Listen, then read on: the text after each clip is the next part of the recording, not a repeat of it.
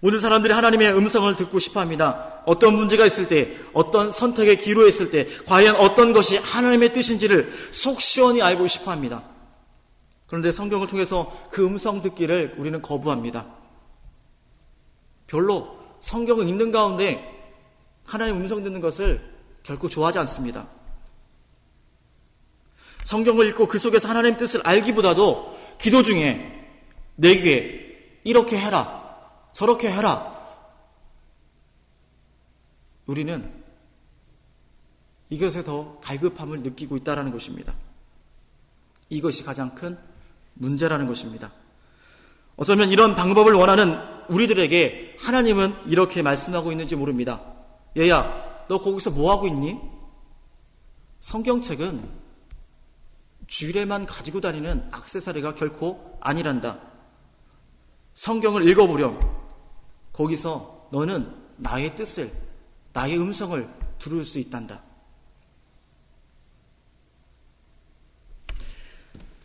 록펠러의 인생은 거침없는 삶이었습니다. 30세에 100만 달러를 모으고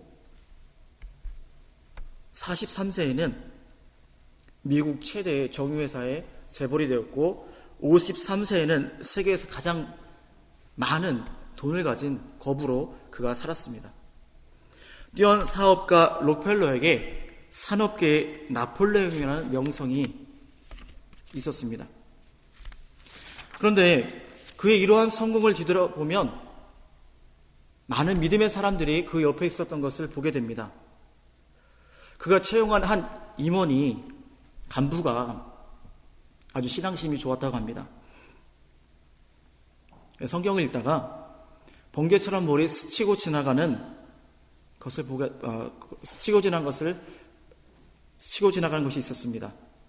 그는 출애굽기 2장을 읽던 중 레위 족속 중 한 사람이 가서 레위 여자에게 장가를 들었더니 이 여자가 잉타하여 아들을 낳아 그 준수함을 보고 그를 석 달을 숨겼더니 더 숨길 수 없이 되매 그를 위하여 갈 상자를 가져다가 역청과 나무진을 칠하고 아이를 거기 담아 하숫과 갈대 사이에 두고.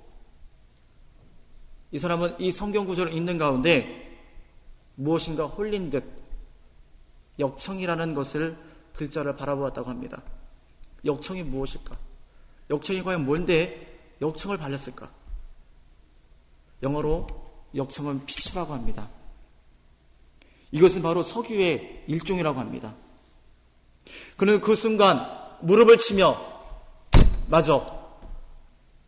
그렇다면 그곳에 석유가 있을 거야. 석유가 날 거야. 바로 그곳에 석유가 있어. 곧바로 지질학자를 데리고 이집트로 날아갔습니다. 그리고 얼마 되지 않아 이 조사단은 성경에 기록된 그 장소에서 어마어마한 유전을 발견하게 됩니다. 어떻습니까? 사랑하는 성도 여러분은 어떻습니까? 똑같은 성경입니다. 그들에게 특별한 성경이 아닙니다. 똑같은 성경입니다. 그는 성경을 읽는 가운데 하나님의 음성을 들었습니다. 그렇다면 우리라고 결코 불가능한 것은 아니라는 것입니다. 문제는 우리가 성경을 읽지 않기 때문에 하나님의 음성을 듣지 못하고 있다는 것입니다. 우리도 할 수 있다는 것입니다. 성경에는 이보다 값진 보화가 많이 있습니다.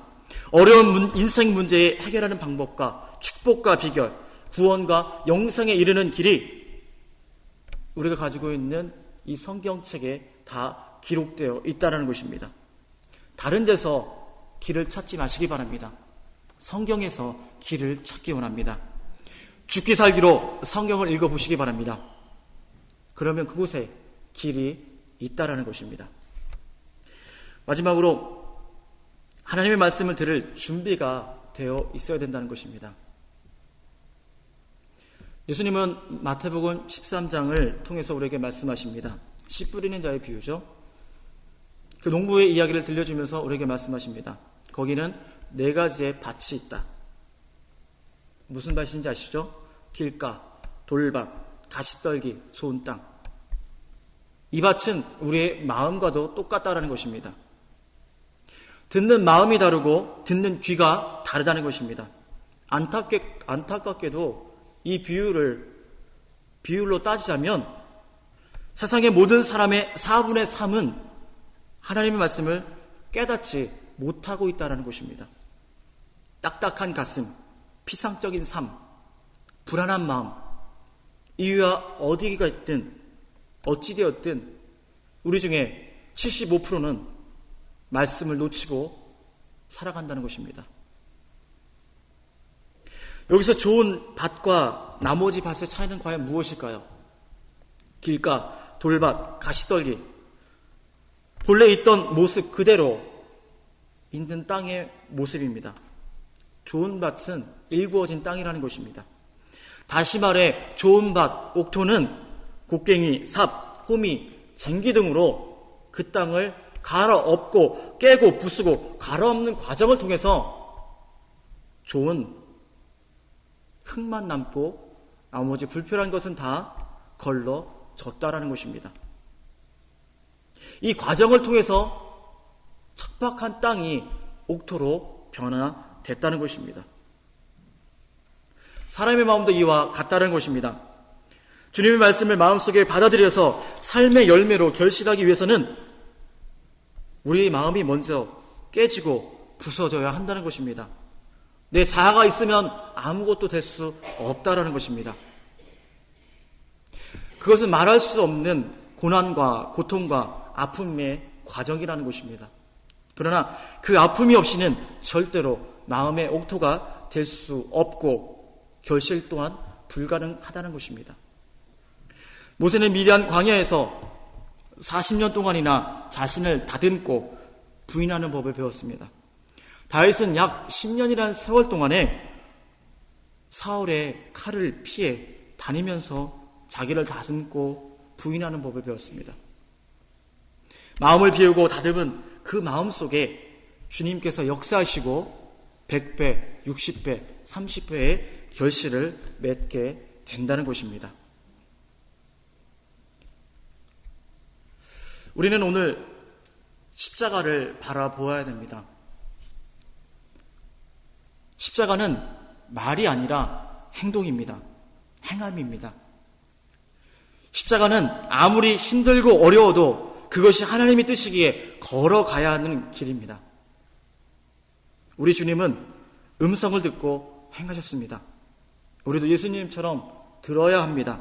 그리고 행하려는 믿음이 우리에게 있어야 된다는 것입니다.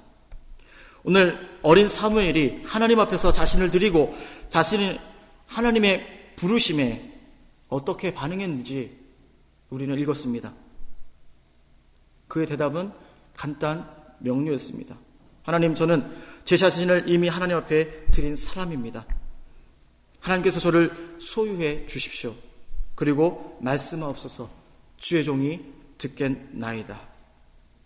이 고백이 우리의 삶 가운데 넘쳐나시기를 소망합니다. 하나님은 사랑입니다. 하나님은 한 번 택한 주의 자녀들은 절대 포기하지 않으신, 끝까지 사랑하시는 그런 하나님이라는 것입니다. 끝까지 찾아와 주셔서 우리에게 말씀하여 주시고 내가 너를 사랑한다. 내가 너를 사랑한다. 그리고 내가 너를 축복하기를 원한다. 그것이 우리가 믿는 하나님이라는 것입니다. 우리를 향한 그분의 사랑을 다시 한번 확인하면서 이 사랑의 떨림이 가슴 깊은 곳에서 회복되는 이 시간 되기를 간절히 소망합니다. 사랑의 원천이신 하나님을 만나며 그 하나님의 사랑에 늘 승리하는 저와 여러분이 되기를 간절히 소망하겠습니다. 기도하겠습니다. 사랑과 은혜의 주님, 저희들이 주님 앞에 나와 주님의 음성에 귀 기울였습니다. 어린 사무엘이 하나님의 음성을 듣고 쓰임받았던 것처럼 저희들도 준비시켜 주시고 이 시대에 쓰임받는 하나님의 귀한 자녀들이 될 수 있도록 도와주시옵소서. 준비된 자녀로 주님의 음성에 민감하게 반응하며 헌신을 다짐하는 저희들의 삶이 되기를 원합니다. 모든 것 감사드리며 예수님 이름으로 기도하였습니다. 아멘.